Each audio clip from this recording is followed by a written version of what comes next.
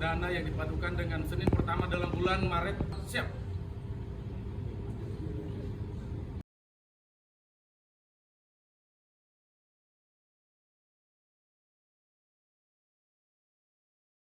Pertama, mengawali amanat ini, saya mengajak kita semua untuk menaikkan puji syukur kehadirat Tuhan Yang Maha Kuasa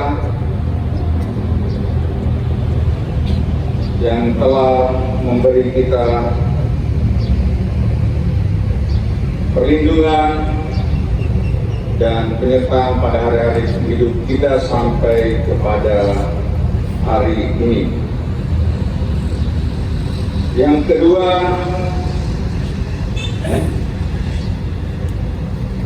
saya menyampaikan selamat menunaikan ibadah puasa Ramadan dan selamat memasuki masa prapaskah bagi umat Katolik yang akan menjalaninya.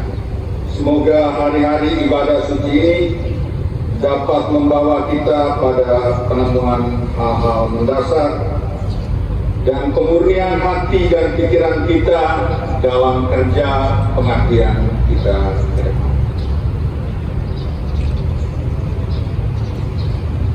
Yang ketiga, saya menyampaikan kepada Bapak, Ibu, saudara-saudara sekalian, selamat bertemu dengan Bapak Ibu semua.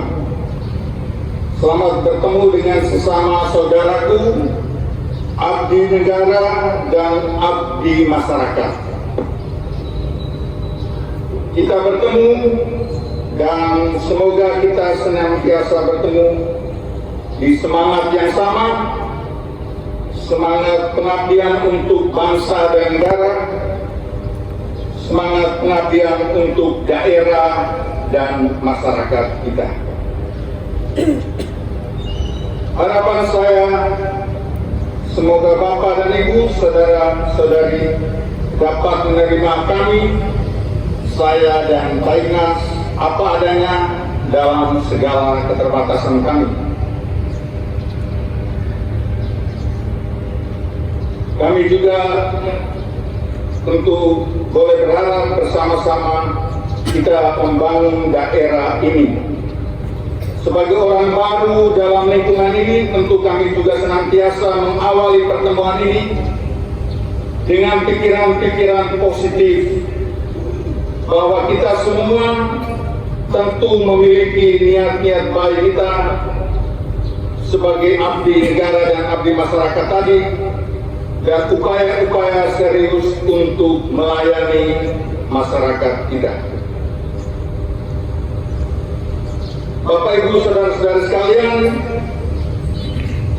kita memasuki periode penuh tantangan dengan hentakan awal yang mengejutkan dengan tema besar efisiensi, semacam shock terapi. Tetapi tantangan ini mudah-mudahan tidak menyurutkan langkah kita, membuat kita pesimis dan tidak bergairah. Tantangan keterbatasan fiskal ini hadir di tengah tantangan pembangunan kita yang sama-sama kita tahu tentu masih luar biasa juga. Dalam beberapa kali sambutan syukuran sebelumnya, baik di Jakarta maupun di Kupang, kami menempatkan diri untuk memberikan gambaran tentang sedikit tantangan yang kita hadapi sebagai suatu daerah. Bahwa kita punya orang-orang miskin yang masih banyak di daerah ini. Secara nasional memang ada sekitar 18,5%. Dan di daerah ini kita dalam tanda kutip bersyukur karena kita punya cuma 11%. Angka 11 kita bisa mengatakan itu cuma, tetapi baik angka ada sekitar 30-an ribu, dan itu memberikan tantangan kepada kita bagaimana pemerintah daerah, bupati dan wakil bupati bersama segenap jajaran birokrasi mengembangkan inovasi dan kreativitas untuk menjawab persoalan yang satu ini. Melihat dari kacamata yang lain juga, indeks pembangunan manusia yang diamanatkan Jakarta untuk sama-sama kita kejar menjadi lebih baik juga memberikan kepada kita gambaran yang tidak cukup baik masih, baik dari sisi kesehatan maupun dari sisi pendidikan. Karena itu mari sama-sama kita melihat gejala tema efisiensi yang bisa saja berdampak pada ketidaknyamanan Bapak Ibu Saudara-saudara sekalian sebagai hal yang tidak perlu menyurutkan langkah kita, semangat pengabdian kita. Tantangan ini, terutama tantangan fiskal ini tentu hadir di tengah semangat kami setelah pilkada kemarin. Kami jalan ke sana kemari mengumandangkan tema dan tagline lompatan jauh Flores Timur. Karena itu kami mengajak Bapak Ibu Saudara sekalian, di tengah keterbatasan yang ada, kita juga tetap semangat untuk lompatan jauh dalam pengertian yang positif, yaitu peningkatan percepatan produktivitas kita yang ada. Kita semua percaya diri, kita optimis bahwa dengan semangat kita, dengan kreativitas kita, dengan inovasi-inovasi kebijakan kita yang ada, kita dapat sama-sama berusaha supaya percepatan pembangunan di daerah ini dapat terlaksana dengan baik. Di beberapa tempat kami sudah mengemukakan bagaimana cara kita menghadapi tantangan efisiensi di tengah tantangan pembangunan yang sudah ada selama ini. Bagi kami yang pertama adalah bagaimana kita menata hati dan pikiran kita dengan menemukan kembali definisi kepemimpinan dan definisi tanggung jawab birokrasi yang selama ini mestinya sudah ada, tapi kadang-kadang kita lupa atau kita kurang menghayati. Dalam bahasa canggih bahasa Inggrisnya, reinventing the definition of leadership and bureaucracy. Kami bersyukur bahwa dengan kegiatan retret di Magelang kemarin selama 8 hari, Presiden menyatakan itu dengan tegas, hal yang biasa barangkali, tapi barangkali karena konteksnya lain kita boleh menghayatinya. Pemimpin adalah pelayan, pemimpin adalah abdi masyarakat. Mudah-mudahan kita semua merasa diri sebagai pemimpin, merasa diri sebagai abdi masyarakat, abdi rakyat yang punya semangat pelayanan kepada masyarakat. Itu yang pertama. Lalu yang kedua bagi kami adalah di tengah lingkungan birokrasi ini kami mau mengatakan bahwa kita reinventing, menemukan kembali posisi birokrasi dalam kaitan dengan tujuan-tujuan hidup berbangsa dan bernegara. Kita tahu memang birokrasi itu institusi yang mekanistis, sangat kaku di situ, menjalankan tugas yang sudah jelas, tupoksi yang sudah jelas di situ. Tetapi kalau kita bekerja tanpa mengetahui tujuan dari suatu sistem, maka juga kita harus mengevaluasi, merefleksi diri kembali. Bagi kami, sistem birokrasi dibuat untuk mencapai tujuan-tujuan pembangunan, dan tujuan pembangunan itu secara nasional sudah jelas. Di daerah juga, sebagaimana kami katakan tadi, menghadapi persoalan-persoalan, tantangan-tantangan yang ada itu. Karena itu kesuksesan birokrasi kerja kita adalah bagaimana kita menjawab persoalan kemiskinan, persoalan indeks pembangunan manusia, keterpakangan kita di bidang pendidikan, kesehatan, dan infrastruktur yang luar biasa ini. Mudah-mudahan kita tidak kurang hati, tetap bergairah untuk menjawab tantangan-tantangan ini, karena kita menyadari kembali bahwa birokrasi kita semua ini adalah abdi masyarakat yang tujuannya adalah untuk melayani masyarakat dengan berbagai persoalan dan tantangan seperti itu. Lalu yang ketiga dalam situasi ini, kuncinya adalah efisiensi. Menerima efisiensi ini sebagai bagian dari gerakan pemurnian diri. Tadi malam kemarin saya sudah katakan, efisiensi ini berangkat dari bagaimana Prabowo sebagai Presiden Republik Indonesia sekarang melihat perbandingan produktivitas kita dengan produktivitas bangsa-bangsa lain. dan alat pengukur produktivitas itu adalah ICOR, Incremental Capital Output Ratio, perbandingan antara modal yang digelontorkan negara dan output yang dikeluarkan dalam indikator-indikator semacam pertumbuhan ekonomi, angka kemiskinan, dan lain sebagainya. Beliau tahu dari analisis kajian yang ada bahwa ICOR di Indonesia ini terlalu tinggi, bahwa modal yang kita keluarkan terlalu tinggi, tetapi output kita masih terlalu terbatas gitu. Dalam konteks daerah kita mengatakan bahwa APBD kita dari waktu ke waktu 1,2, tetapi juga pertumbuhan ekonomi masih bercokol di angka 3,5% dan penurunan angka kemiskinan juga tidak cukup signifikan di situ. Karena itu beliau menginisiasi gerakan efisiensi ini, tentu harus diikuti dengan tantangan berikut adalah bagaimana dana hasil efisiensi ini dioptimalkan untuk program-program kerja pembangunan yang ada.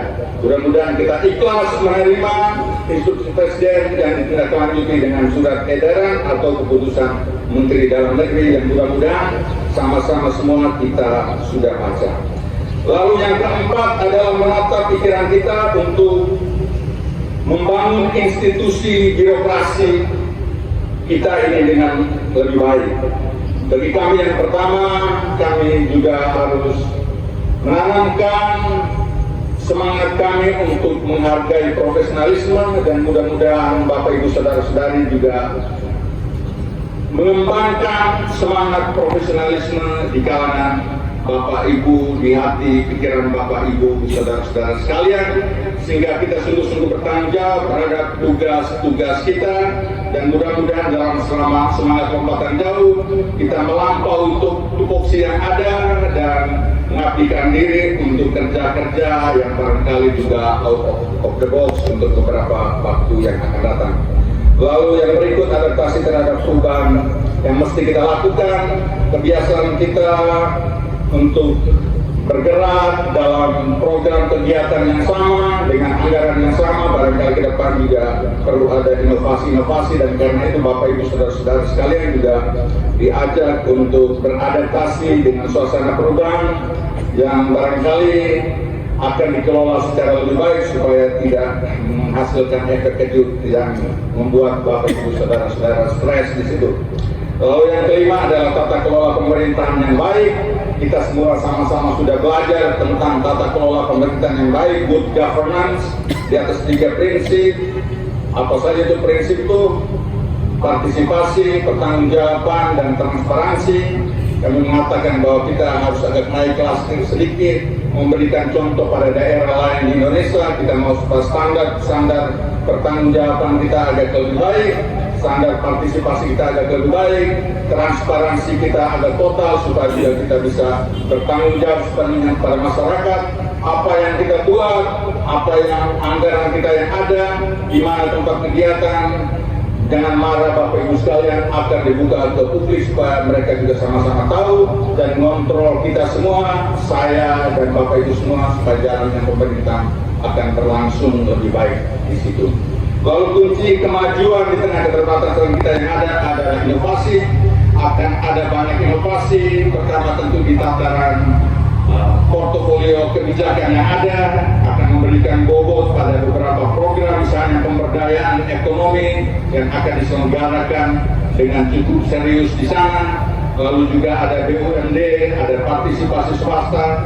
Karena itu kita juga harus menyesuaikan diri dengan skema-skema bisnis baru, kerjasama dengan pihak-pihak lain. Karena dalam situasi seperti ini, kemitraan dengan pihak-pihak lain adalah kunci dari kemajuan kita. Kami berharap inovasi dapat diselenggarakan di berbagai sektor dan OPD, dan mudah-mudahan bisa ada insentif yang lebih terkait dengan bagaimana OPD melakukan inovasi, termasuk di dalamnya inovasi untuk meningkatkan pendapatan asli daerah kita yang selama ini kita sama-sama tahu masih mandek, sehingga ketergantungan kita pada fiskal, pada uang dari pusat masih terlalu tinggi. Dan yang terakhir tentu saja modal sosial. Modal sosial istilah akademis, terjemahannya tentu kemitraan, kerjasama. bahasa lokal kita adalah gemohi. Mudah-mudahan gemohi ini bisa kita konversikan dalam kerjasama di tingkat birokrasi pemerintah dengan lebih baik.